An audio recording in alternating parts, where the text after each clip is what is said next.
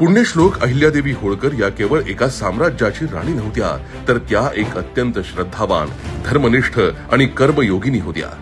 त्यांनी भगवद्गीता, उपनिषद आणि धर्मशास्त्रांचा सखोल अभ्यास केला होता.